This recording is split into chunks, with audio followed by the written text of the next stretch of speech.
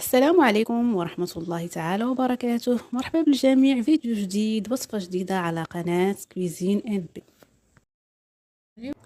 في الفيديو ديال اليوم نحضروا فيه الكعكات او قريشلات ديال عاشوراء بطريقة سهلة وبمكونات بسيطة. كعكات اللي كيجيو مقرمشين وفي نفس الوقت رطبين وكيذوبوا لهم، مقومين بطريقة سهلة. باش تعرفوا مكونات الوصفة وطريقة التحضير تبعوا الفيديو من الأول إلى الآخر. كنحتاجو في هاد الكعكات 6 ديال البيضات، كنزيدو ليهم 2 كؤوس ديال السكر سنيده او السكر الخشن، هنا واحد الكيس ديال نكهه الزهر ونكهه زهره البرتقال، 2 كؤوس ديال الزيت. كلشي هاد المكونات كنديرهم في واحد الاناء، اما في قصريه او في اناء، وكنضيفو بطبيعه الحال كنضيفو واحد القبصه ديال الملح ضروريه. نخلطوا هاد المكونات جيدا حتى يذوب تذوب سنيده اللي كاينه في هذا الخليط.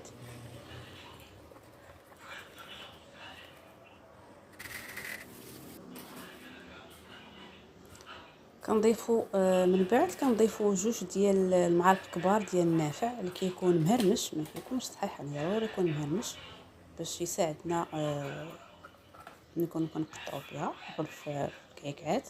انا هنا كاس ديال الزنجلان اللي كيكون مصهد، يعني ماشي محمر، غير مصهد. كاس ديال الزنجلان يعني واحد 100 غرام ديال الزنجلان. نخلطوا هاد المكونات جيدا، ومن بعد غنبداو نضيفوا دقيق بشويه بشويه. بالنسبه للدقيق نحتاج تقريبا 1 كيلو ديال الدقيق، ممكن ان نحتاج اكثر على حسب الحجم ديال البيض. كنبداو نضيفوه بشويه بشويه حتى نحصلوا على واحد العجينه اللي ما كتلصقش في اليد. هنا كنضيفوا 2 ديال الاكياس ديال خميره الحلويات، 2 اكياس ديال 8 غرام. نضيفوا الدقيق كما قلت باش حتى نحصلوا على عجينه المناسبه، عجينه اللي ما كتكونش قاصحه بزاف وما تكونش رطبه بزاف.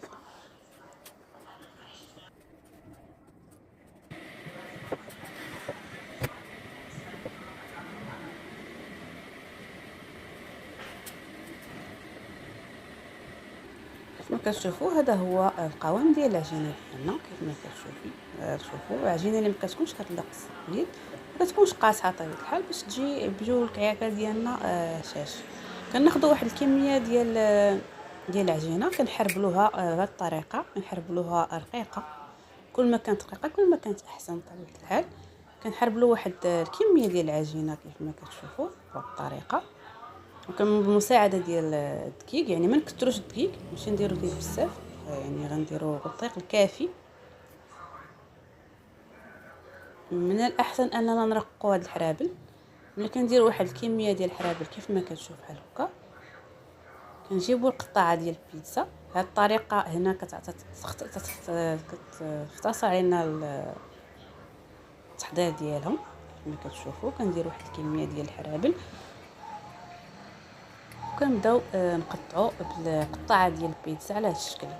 ممكن انا نديروا الموس، ولكن بالنسبه للقطعه ديال البيتزا هي كتسهل علينا العمليه.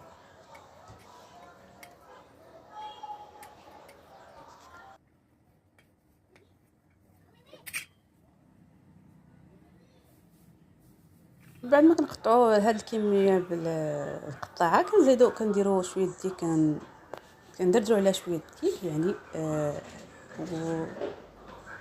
ما نكثروش الدقيق بطبيعه الحال باش ما يبانش لينا في العجينه. كنديروا غير رشات ديال الدقيق. من بعد ما كنفرقوا كل حبه على اختها، كنغربلوا الفائض ديال الدقيق بشي غربال او بشي شبكه عندنا هكا، باش نحيدوا الفائض ديال الدقيق، باش ما يبقاش لينا الدقيق فوق من العجينه. وكنستفوا هاد القطع هادو فوق في الطاوه بهذا الشكل اللي كتشوفوا. الطاوه اللي غتدخل الفرن، الطاوه اللي كنكونوا مفرشين ليها ورق الطبخ. من بعد كندخلوها الفران. اول حاجه كندخلو الطاوه ديالنا الفران، كنخليو العافيه تكون من التحت حتى تشد في راسها، يعني تحسوا بانها تشمعات. من بعد كننزلوها لتحت. ملي تشد في راسها ما تبقاش يعني كتعجن، كنبداو نحركوا فيها بحال كنحمروا، بحال كنحمروا كاوكاو او نحمروا الجنجلان كيف ما كتشوفوا. كنبقاو نديوها ونجيبوها، وفي نفس الوقت كنحيد كنفرقوا هذيك العجينه، القطع اللي كيكونوا ملاصقين كنحطوهم، كنستمروا على الطريق حتى تحمر لنا مزيان. كنخليو العافيه تكون من الفوق ديالها، وحنا كنديوها ونجلبوها حتى تحمر مزيان كيف ما كتشوفوا. هذا كنبقاو نديو ونجيبو فيها حتى تحمر.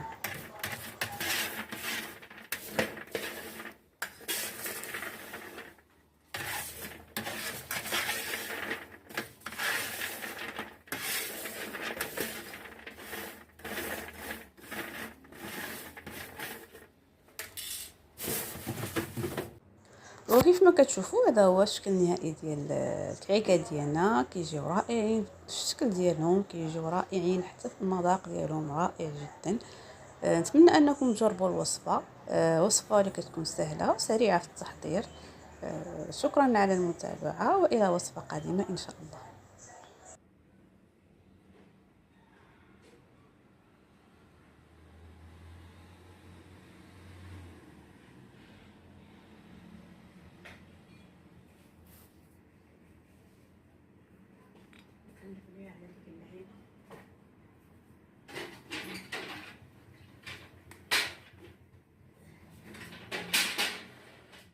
تفعيلي